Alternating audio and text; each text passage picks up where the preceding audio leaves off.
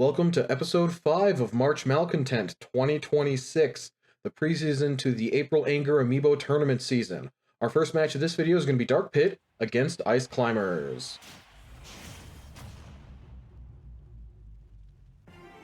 Looks like they're going to be on Luigi's Mansion. This is one of the stages that is in the preseason rule set. However, I believe it had to get cut from the actual tournament season rule set. There's just a little too much variability in all the bouncing around. It's normally not too bad for casual play.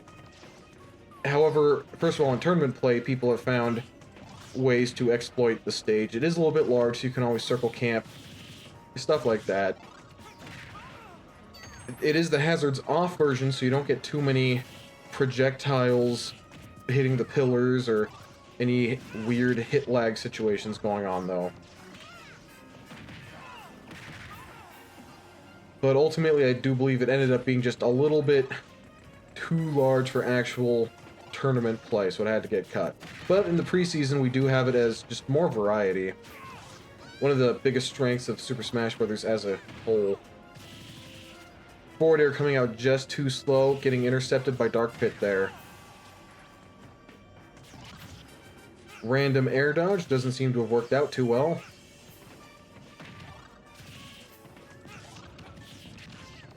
Ice Climber getting the third tech out of all three of them.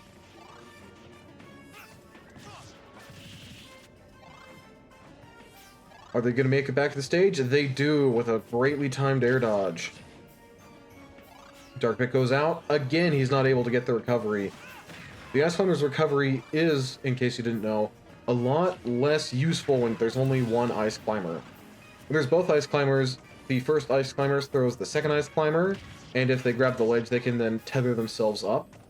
However, with only one Ice Climber, it's a little... It looks like... Oh, I don't know how to describe it. You just kind of throw your arm out, kind of like you're getting a kink out of your shoulder, I guess. And it doesn't really get you too high.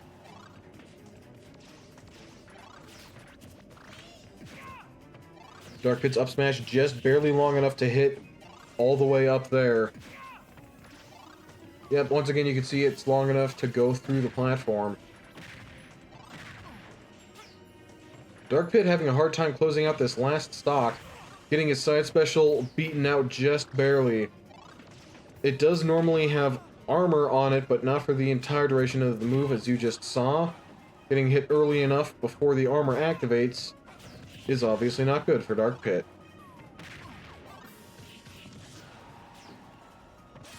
Ice Climber's still hanging in there, doing so much damage with only the one climber.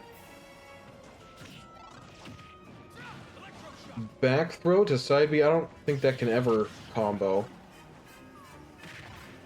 I guess you don't know if you don't try. Ice Climber's falling out of the up smash. It is a multi-hit. The benefits of multi-hit always being that it's a lot easier to hit opponents with the move, because you have multiple hits to hit them with. However, every once in a while, you do have a multi-hit move that someone will fall out of when you weren't wanting them to.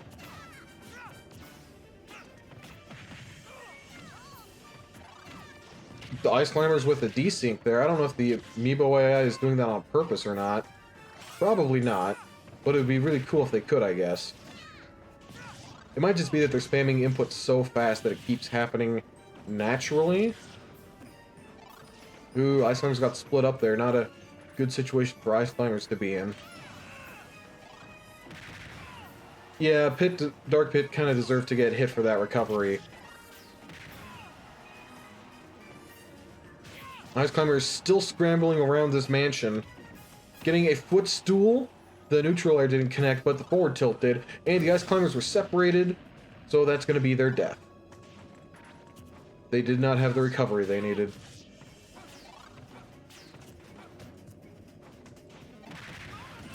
Up air is able to kill Dark Pit off the top. We've got a pretty even game on our hands then. Ouch, that's gotta hurt.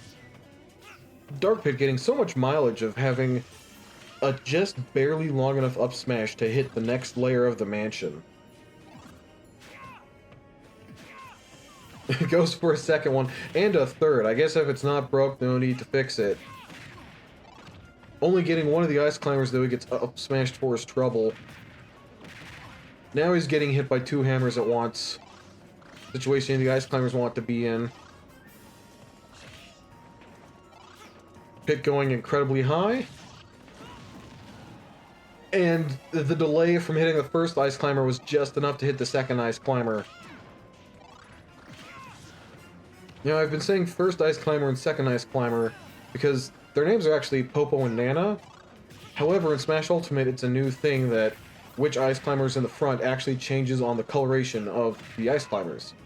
Traditionally, Popo's the first ice climber and Nana's the second ice climber, but in some colorations, including this one, Nana's actually the first ice climber. It's actually most difficult to tell in this coloration because they're both wearing white. That actually is on purpose, so just in case they ever fight a human character, the human player will have a harder time figuring out which ice climber they should be targeting. Because in this coloration, you just have to check to see what color gloves they are, or maybe you can check to see which one has which haircut, but that's really hard in the middle of a fight.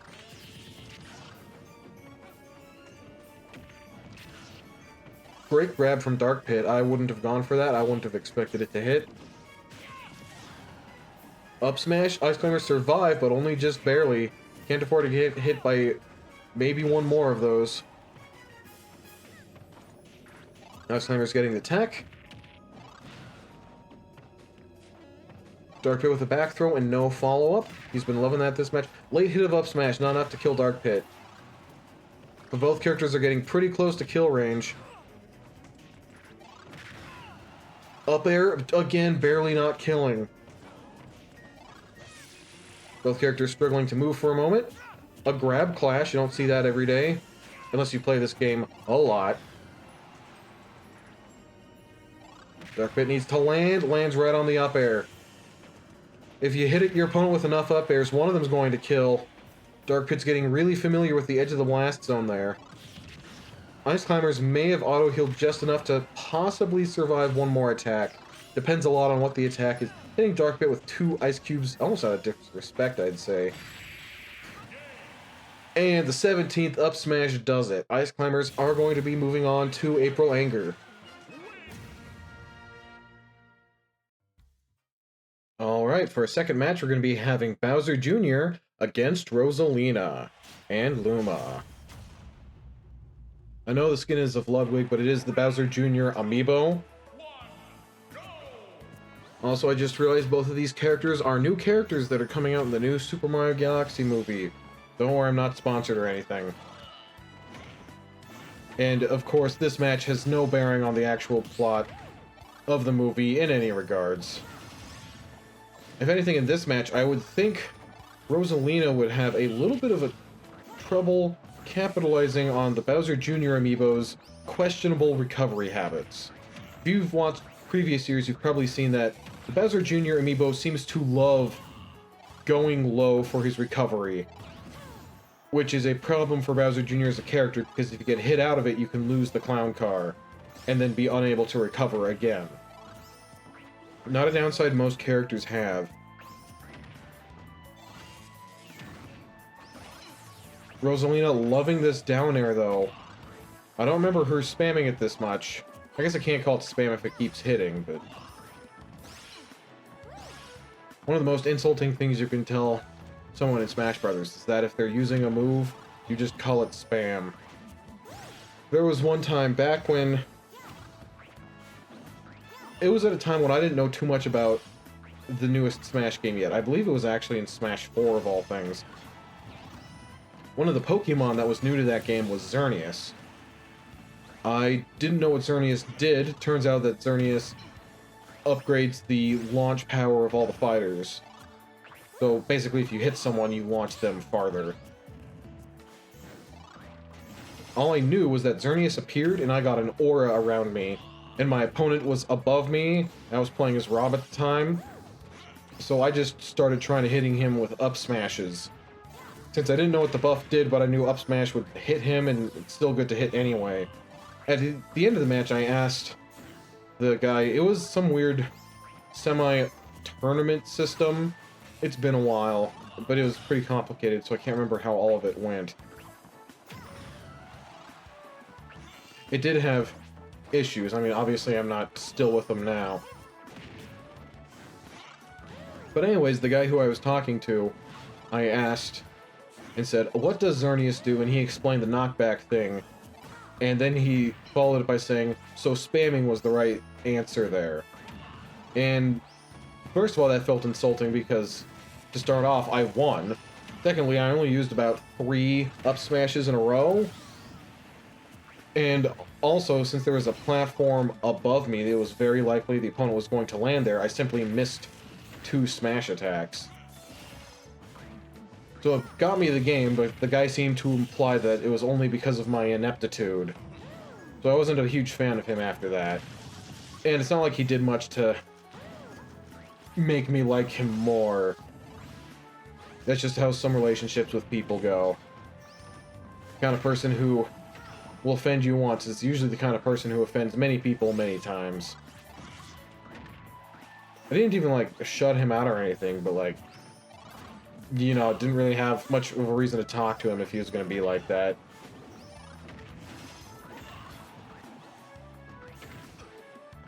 Oh, great hit from Luma there. Rosalina's had Luma separated for a good while now. Rosalina is definitely stronger with Luma at her side. However, a remotely deployable smash attack machine is something that pretty much any character would benefit from.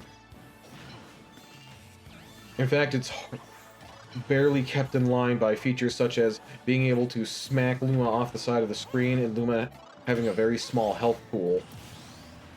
Great down smash from Rosalina that's able to take the stock.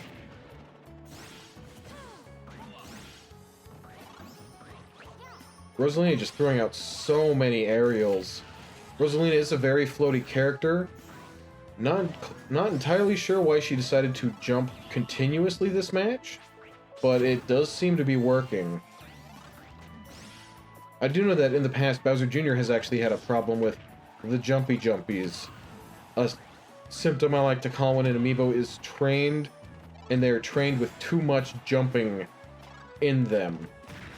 In the system we have set up, it's usually caused by the Mecha Fiora amiibo, because that gives a jump boost. So it's naturally programmed to have a jump boost modifier in it.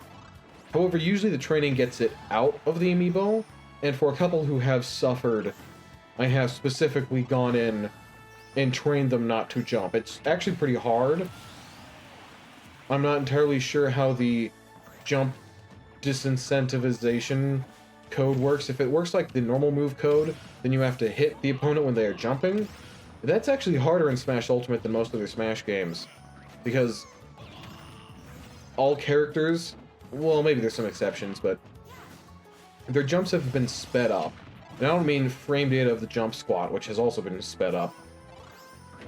But when a character jumps in this game, they jump faster at the beginning and later near the end. Whereas in, say, a lot of, for example, Mario games, Mario has a linear jump, where he jumps until he starts to lose his momentum. I suppose that the physics-based jump is more accurate to real life. Mostly what it serves in Smash Ultimate, though, is that jumping is a lot more useful of an option because it gets you where you need to go faster. Rosalina able to grab ledge, drops off with an up air. Seems to have worked out for her. Bowser Jr. actually getting footstool. Usually when you see someone get a grounded footstool like that, it's because they have a follow-up plan. Bowser Jr. needs to avoid getting hit by so many up airs in a row. I know it's something hard for the amiibo to learn. And that's a spike. Bowser Jr. got spiked out of his up special, so he actually didn't even get the clown car back.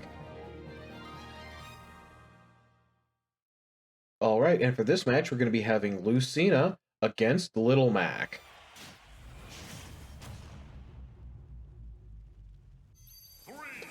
Looks like we're going to be on Town and City for this one. This is probably great for Little Mac specifically because if the stage transforms, which I actually can't remember if it does with hazards off, if the stage transforms, then there are moments where there are no platforms, and Little Mac is a very grounded character, does appreciate that.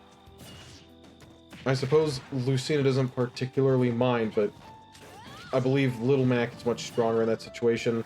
Oh, yep, the stage does transform. This isn't to say that Little Mac is useless when platforms are present.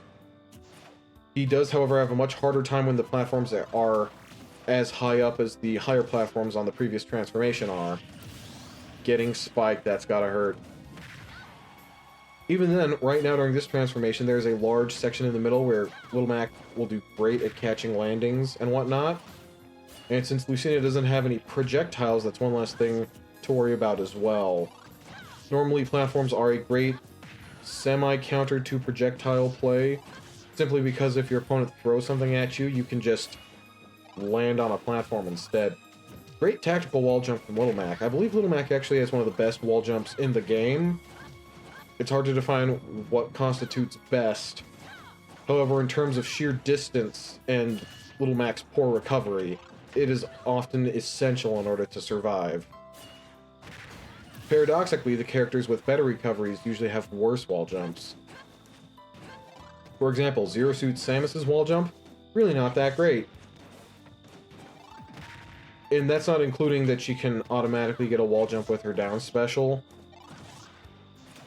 I don't know if that's the same wall jump or a different wall jump, I just know that usually when you get it, you're not expecting it, and it can lead to your death. Little Mac was able to punish Lucina there, but because he's Little Mac, he only got an up air, which didn't do much damage.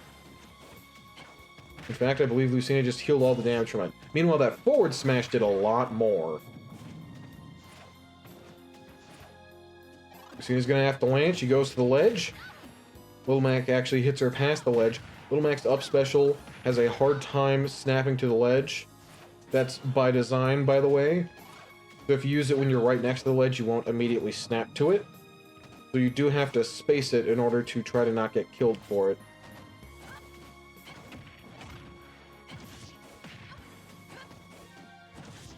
Lucina's got her back in the corner. Never mind, she got center stage. Little Mac seems to be just thoroughly countering everything she's trying, not with an actual counter move.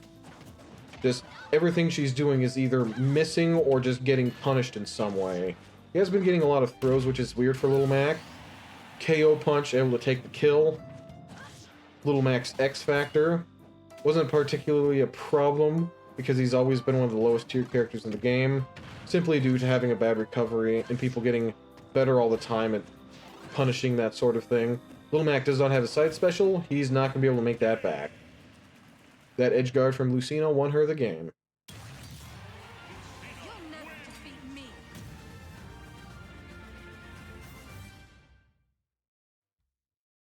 Alright, and that brings us to our next match, which is going to be Corrin against Mario.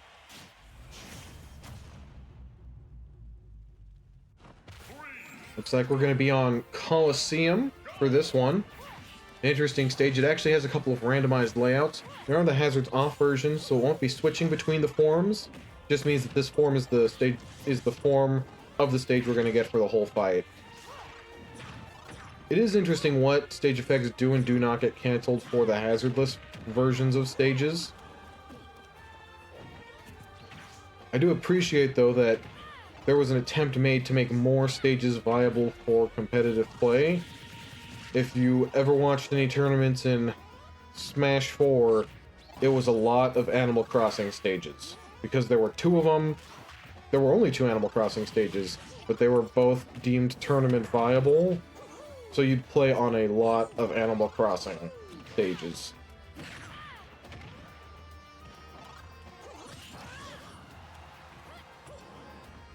Mario getting a tech on the platform there. It's usually faster than the get-up animation. However, when you're getting launched that far, you can usually throw out a quick aerial to not bother having to tech when you land. Mario again getting the tech. Corrin's off stage. Mario goes for the forward aerial. He's not able to get it, though. That time he gets it. Gets two in a row. Using his forward air to dunk Corrin into the stage. Dribbling her, you could say. Mario should have not done exactly what he did there, and he probably could have recovered. He could have tried for a wall jump. He could have not used his double jump when he did.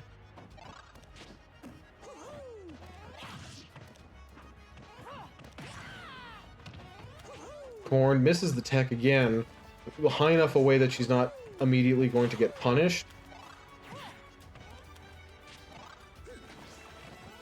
Mario trying to charge Flood for a millisecond there. I don't know how much pressure he was able to build up, but can't have been much. Mario's just struggling to find a kill here, and every second he's not killing Corrin, she's either slightly regenerating, which probably isn't going to be too much of a factor, or she's having a chance to deal more damage to Mario. Up smash is going to do it. Mario has a pretty great up smash, as it turns out. Hits on both sides of him, comes out behind him super quick, and the last hitbox still kills, and it doesn't come out particularly slow, I would say. And of course it can still hit above him. Right there you can see with the help of the wall he was able to get it twice in a row. Because it's a headbutt and Mario's kind of a shorter character, it can usually hit people behind him as well. Maybe some characters are short enough to not get hit. Also, Corrin has been taunting a lot. As you can see, Corrin is still one of the amiibo who still has an amiibo type in her, I guess. That usually means that we've had the amiibo for, well, it now always means that we've had the amiibo for a long time, and they've never been retrained. Every year in the post-season tournament, the 4 bottom-performing amiibo always get retrained to make the pool even harder for next year. There was actually one year when we had an amiibo that struggled to function, who had to get special training. But that probably makes up for the one year that we had an amiibo who, upon needing a retraining, suddenly started performing excellently with no retraining required. I can only chalk that up to just having a bad matchup and tournament run. But it does mean that no training was actually needed, which was a weird solution. Normally near the end of the amiibo retraining process, I do pit them up against a normally functioning amiibo to make sure that the amiibo can actually stand a chance against them. Just because they've gotten their weights differently aligned doesn't exactly mean that they're better as a result, hence the vetting process. Normally the amiibo get better, but Mario should not have air dodged. Saved by Corrin, only to probably have his life taken from her in the next 3.5 minutes.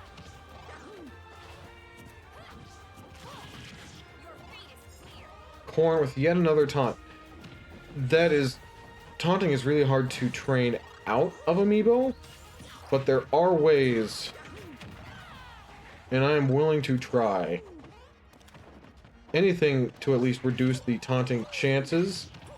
Having a 1% chance to taunt after launching the opponent away is much less critical than having like a 13% chance to taunt after any given stray hit. Already there, you can see there it actually cost Corrin taking damage. She was able to beat Mario in a fair match though, which means she's going to be making it to April Anger, which drastically reduces her chances of having to get retrained, which is probably how she made it this far without it happening. And now we have Richter against Link.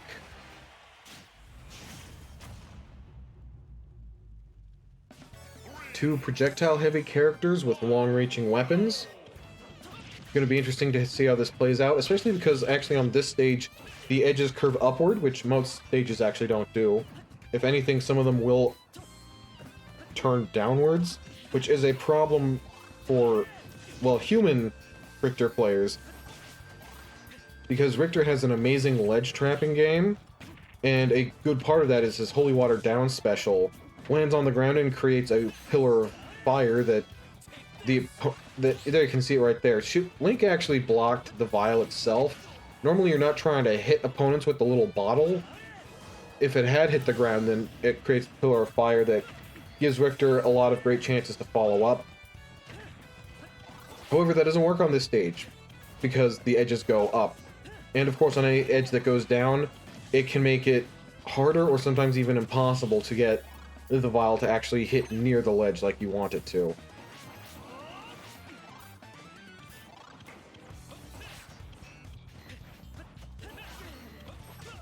Richter trying to follow up with a back air instead of an up air.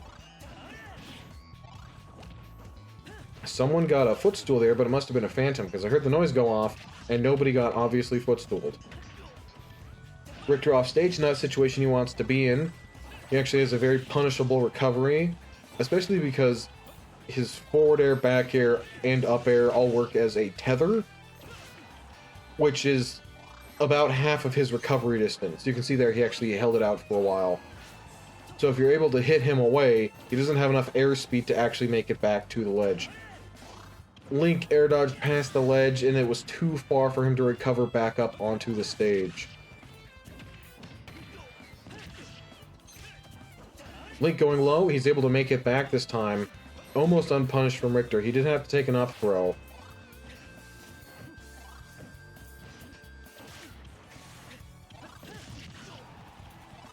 Richter off stage goes for a down air. You do need to watch out if you do that too much. You do start to become very predictable. Link goes off, does not hassle Richter. And after he got the ledge trump, he actually just waited for Richter to get back onto the stage. Another thing I just realized about the slopes of the stage means that Richter's forward smash is going to have a hard time connecting near the end of the stage, because it does actually have special hit detection for if he hits a wall. I'm not entirely sure what the hit detection is for if he hits a slope, but I believe the general rule is that as long as it hits something, the move gets cancelled and you get a little recoil animation, which does make sense. If I was trying to whip someone and they were 2 feet in front of me and there was a wall behind them, I don't think I'd be able to do it. That would have been a great time for a down air, but Richter went for a forward air. The hitbox on that forward air is actually rather thin, so you do have to hit opponents with the whip. It is not very forgiving. It does mean that every time you down throw someone, you have to gamble which way you're aiming the whip to try to hit the opponent with. All for such a small amount of damage. But once you can figure out where the opponent's probably going to be, it feels very rewarding. Richter getting one of the weirdest sour spots I think I've ever seen. I know that Richter's moves do have sour spots, but normally they're only a little bit weaker. Funny enough, on the forward smash, if you hit someone with the very end of the hitbox that's not far away from Richter, it looks exactly like you're punching someone while you happen to be holding a whip. It is the sour spot for the move. However, I have gotten plenty of kills with the Simon punch. Or I guess it would be the Richter punch in this match. Again, I don't recommend to get it, but you will get it at some point. And at some point you might even kill someone with it. Bomb exploding in Richter's face. Now, one of the few differences between Simon and Richter is that their holy water has a different attack property, which, believe it or not, actually comes up in this matchup, because Simon can use his down special to detonate Link's remote bomb, because Simon's holy water is fire. However, Richter's holy water has the aura property, which is almost entirely otherwise used by Lucario, and I'm pretty sure they only added it to the move to give it the distinct blue flame effect. But it does mean that Richter cannot blow up Link's remote detonation bomb with his down special holy water. However, it does mean that Richter can use the move to defeat red Pikmin, which isn't a particularly valuable thing to do either, but it is a very slight advantage. So that's probably why in tournaments you'll see one character being used over the other for very niche interactions, because otherwise they are functionally the same. And of course, tournament players are playing to win, so any slight advantage you can get, they kind of just have to take.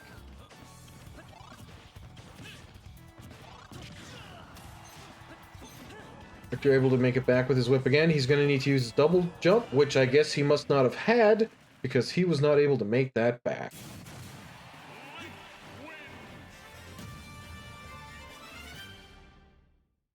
And in this corner, we have Baytwotta against Greninja.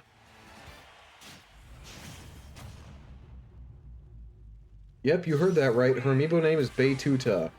There are 2 Bayonetta amiibo that have been printed. The Bayonetta from Bayonetta 1 and the Bayonetta from Bayonetta 2.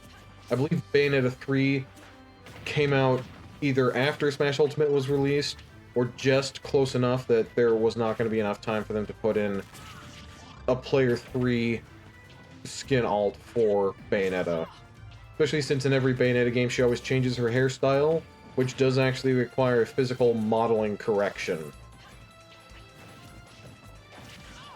Now, the Bayonetta amiibos have always struggled just a bit. Mostly because Bayonetta is a very combo character, and the amiibo... well, the amiibo AI doesn't exactly know how to do any of Bayonetta's combos, which is, like, the good part of her. If you ever saw any Smash 4 gameplay, Bayonetta can actually zero to death most characters. She just hit them and take them off the top of the screen and kill them, sometimes off the side of the screen. Everything she had was just very good. So good that the final patch was actually just to nerf Bayonetta into a more acceptable range. So when Smash Ultimate came out, that obviously had to change. Bayonetta got toned down. Oh, she is going to make that back. You never know, sometimes the amiibo will miss one of their inputs, or which I don't think they can do, but they'll do something weird and then they won't have their full recovery that they would normally be entitled to. Like that. Baytwotta didn't have to die there, but she did.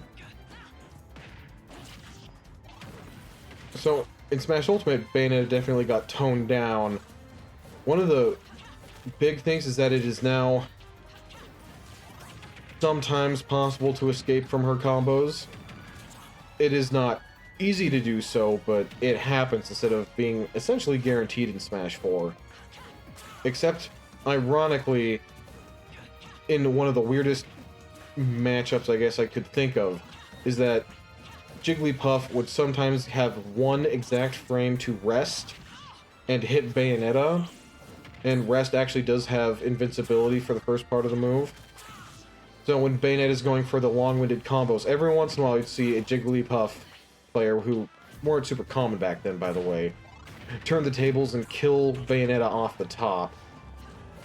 It wasn't so overpowering of an interaction that you'd see it happen super frequently or all the time.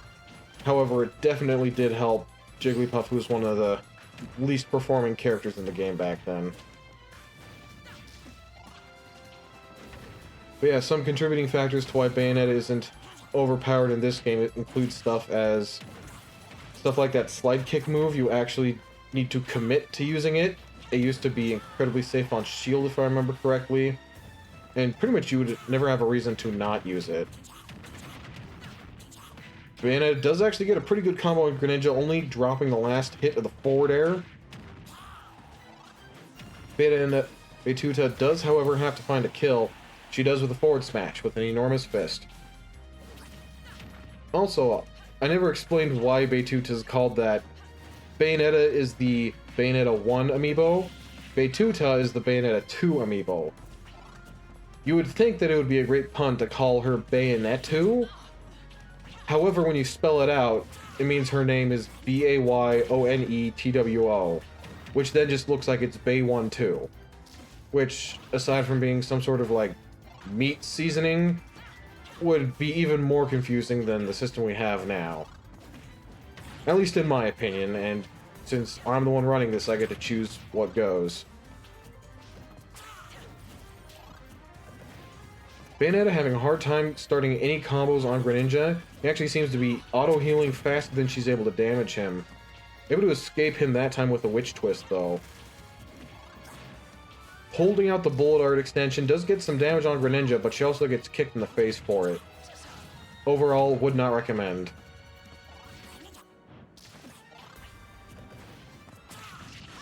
Up smash, not enough to kill yet, however Bayonetta is starting to reach that range, and she still has 2 stocks to get through. So even if she gets a cheesy stock, she's probably not winning this. More possible things have happened.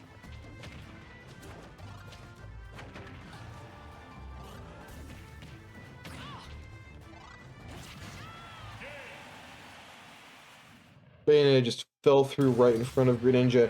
He stood there as he threw onto the platform, she tech rolled, she ran back, fell through, and then got forward smashed. I think that one's on her. And we find ourselves at Lucas against Peach.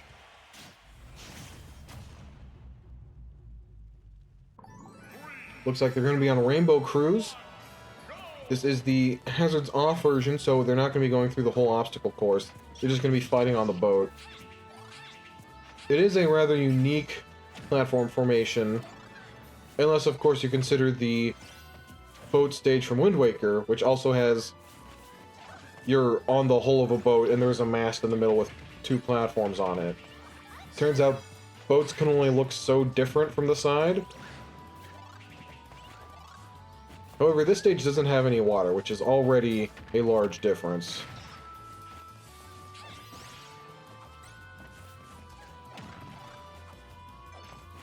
Lucas tech rolling to the ledge while he was already on top of it. Usually very punishable. That footstool did not kill Peach. Could have, though. Lucas going for a PK Thunder. He probably should have air dodged. Ness and Lucas actually have a farther air dodge than, I'm pretty sure, almost every other character in the game. There may be another character I'm not thinking of who has a longer air dodge. But if so, then it would match Ness and Lucas. Seemingly was given to them so that they didn't have to go for PK Thunder at such a ridiculously close range. Which is actually probably good for convenience, because it can be incredibly easy to mess up. Lucas actually, however, in that case wouldn't normally need it since he has Rope Snake to grab the ledge with. And especially since his PK Thunder, when you hit yourself, it actually goes farther than Ness's. He has less of a hard time recovering back to the stage. Peach needs to start finding a kill here, but she's just not. She does intercept PK Thunder with her umbrella, though.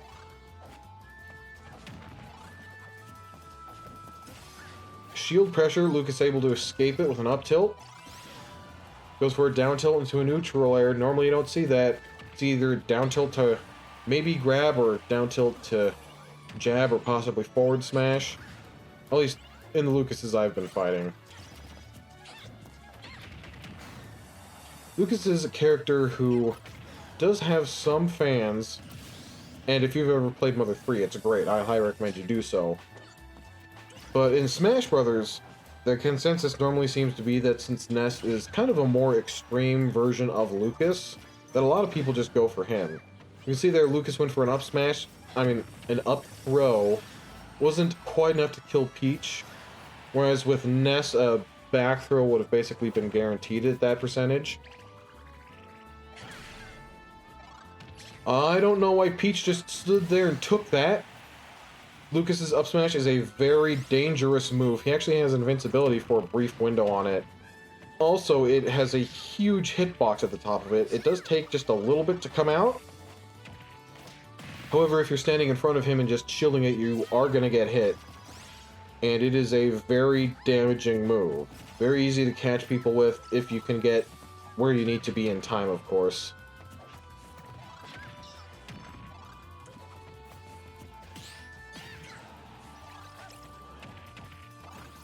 There we go, Lucas getting the down tilt and a grab out of it. That's not always exactly a true combo. However, against someone who isn't expecting it, you get it quite a lot. And it might be that at some percentages it is true. I don't have all the specific Lucas knowledge. I have, however, fought against Lucas quite a bit. Happens when you know people who like to main a specific character. Which I can't, fault people for doing, by the way. However, it does mean that against Lucas specifically, I have more matchup knowledge than potentially any other character in the game. That being said, with the rate some people play characters online, I swear you run into a Cloud every 9 matches, it seems. Which, for a game with almost 100 characters in it, is quite a lot. Everyone just seems to really love playing Cloud. Lucas successfully recovering again, knowing how to get the PK Thunder to hit him from below. If it does hit you from the side, then you go at an angle, which is not good when you're below the ledge. However, if you do bump into a wall, you get a grace period, or essentially 1 attempt to retry PK Thunder. It is only 1 attempt, so it's difficult to stall out using it. However, It is very useful if you just barely missed your first attempt. It has saved the lives of many a Lucas and or Ness player. Now Lucas just needs to find another kill here. There's definitely many ways he can go about it. But those don't seem to be anything... Okay, that's an up smash. That would have killed, but it seems to have barely missed Peach. Forward smash from across the side of the boat is going to be that kill he needs. He had such a problem finding a kill for so long, and then I opened my mouth, and then he responded. It's almost like magic. And for the last match of this episode, we're going to be having Duck Hunt against Bayonetta.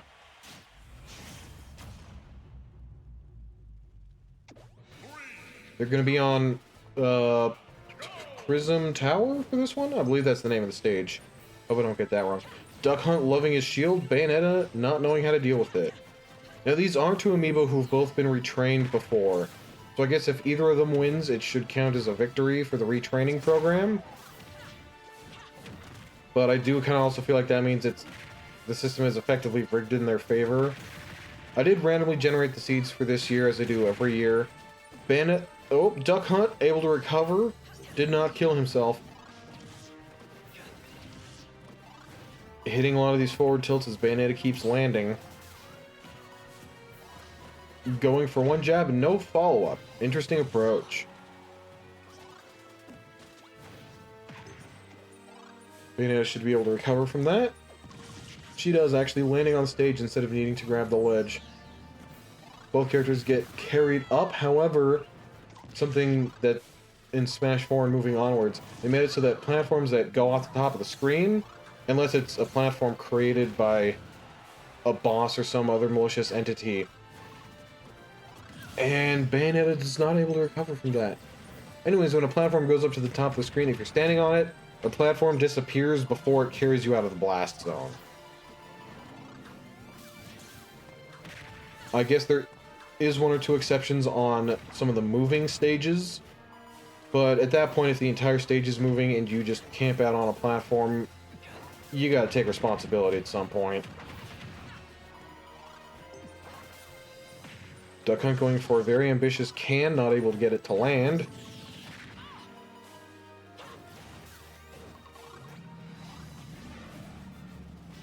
Bayonetta jumping around frantically. It's not seeming to know what to do against an opponent who's just standing on the ground. Goes for a down throw, tries to get an up smash out of it. Duck Hunt attacks her too quickly though. Probably wouldn't have killed, especially at Duck Hunt's percent.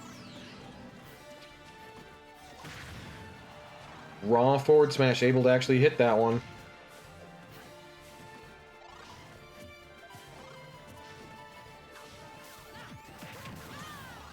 Bayonetta gets her constant jumping finally targeted by an up smash. Starts a Bayonetta combo. Actually does clash with Duck Hunt. That actually cancels out the lag when Bayonetta uses multiple special moves in the air, which she is able to do.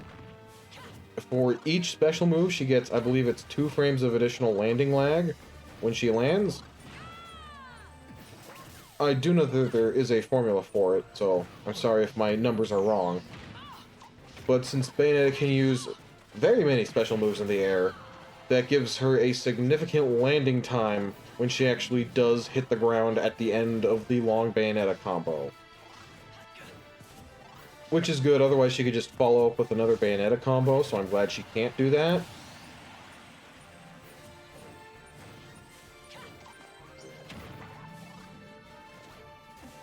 Duck Hunt grabbing the ledge successfully. Bayonetta finally gets hit by that can. She should have been hit by that can a lot earlier when she was charging her guns within 2 inches of the can.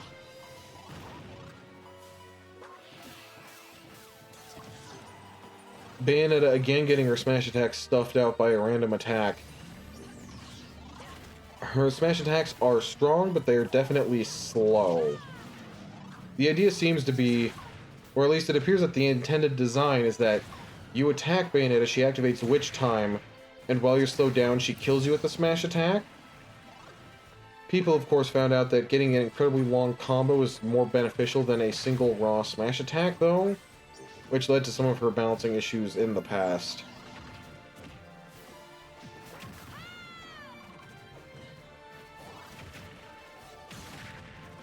Down smash actually hitting Duck Hunt there. They did trade with each other, it appears.